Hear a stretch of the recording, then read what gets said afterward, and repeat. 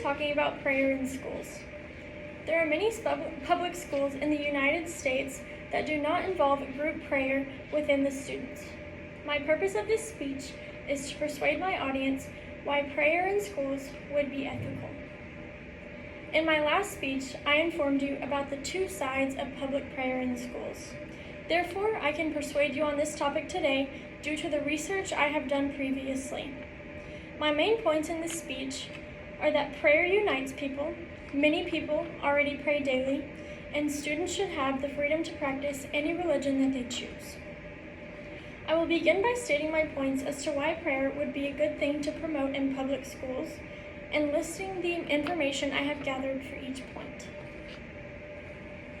My first point is that prayer unites people. I have statistics of a Pew Research Center, and they conducted in 2014 that 63% of Christians in the United States say that praying regularly is an essential part of their Christian identity. There's a small town outside of San Angelo with few kids that attend the school. In the small town, a couple mornings out of every month, they will send out a reminder, tell all the students that they will have a meet me at the pool, which is just where the students meet, and they gather around the flagpole to pray. They will bring donuts and snacks and stuff like that to try and get more kids to come, and some kids will also invite their friends, and it's kind of a bond that they will have between each other, is that they can pray together, and it's good common ground to have with other students at the school. And it also brought a sense of peace to the school. It was something that everybody was putting on their schedules, and we were all attending. But it was also not by choice. It was by choice, it was not mandatory. Prayer does not only unite people, but it strengthens the bond between them. Many people pray often and are already including it in their everyday lives. It is already involved in many children's lives, and I have a close friend with siblings that are very young. They have taught their children and siblings to pray before they go to bed or before they eat or any time that it feels necessary, which means that they are already praying at school and they're already sharing that with their friends.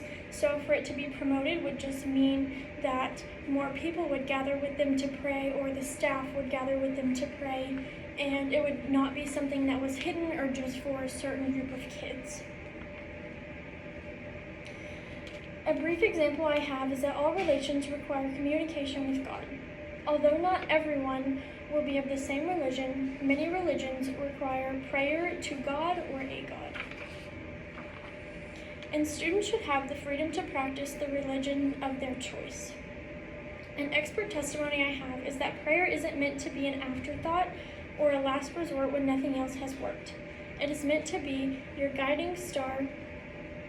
It is meant to be your guiding star, the most crucial conversation of your day.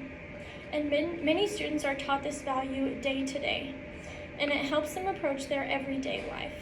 It would be ethical to let them continue their path of prayer and let them continue with their religious beliefs. Prayer also promotes good. In grade school, there is often bullying that goes on, and I believe prayer would be a good solution to that issue. A good way to introduce prayers in school would to be giving each student a few minutes throughout their day to pray, or if they didn't want to pray, then they could work on homework. But if they wanted to pray, they would be able to do that, and students that weren't religious have their own choice. If they wanted to join, then they could. If not, then that is okay.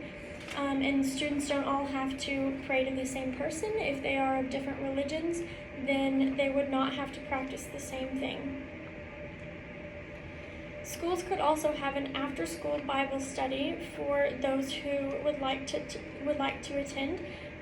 It shouldn't be mandatory, but the students would learn more about their religion and have common ground between each other, and they could also invite other students to the Bible studies and maybe spark friendships, and the staff could also come and probably learn something from the students as well.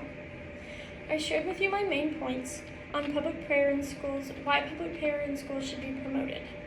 I would like to once again cover my arguments. Prayer unites people. Many people already pray daily, and students should have the freedom to practice the religion of their choice. As of today, many public schools in the United States do not involve group prayer within the students.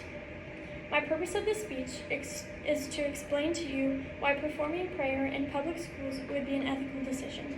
Thank you.